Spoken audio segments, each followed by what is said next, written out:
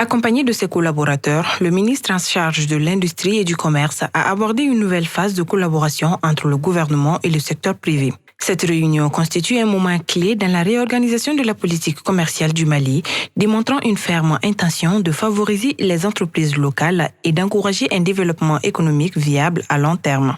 Ainsi, la protection des industries locales était au cœur des discussions. Nous nous fixons donc comme objectif de conduire une politique qui sera de nature à promouvoir la production nationale.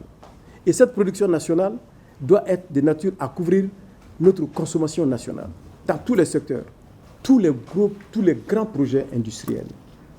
On va solliciter des partenaires étrangers pour faire des projets industriels au Mali, mais qui soient très clairs, qu'aucun grand projet d'envergure importante ne sera réalisé au Mali sans les nationaux.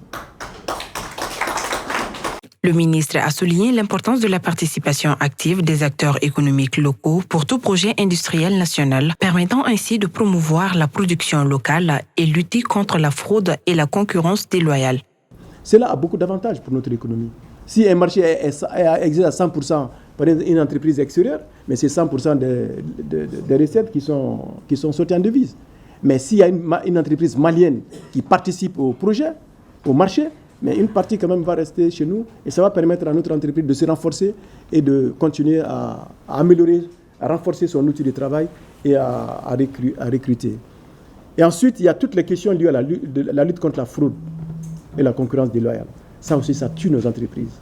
Cependant, la qualité et le respect des normes demeurent essentiels pour garantir le succès de ces initiatives, a affirmé le ministre. Le président de la Chambre de commerce et de l'industrie du Mali a profité de l'occasion pour saluer cet engagement fort des autorités envers le secteur privé et l'économie du Mali tout en exhortant une résolution pacifique de la problématique de l'importation de la farine de blé.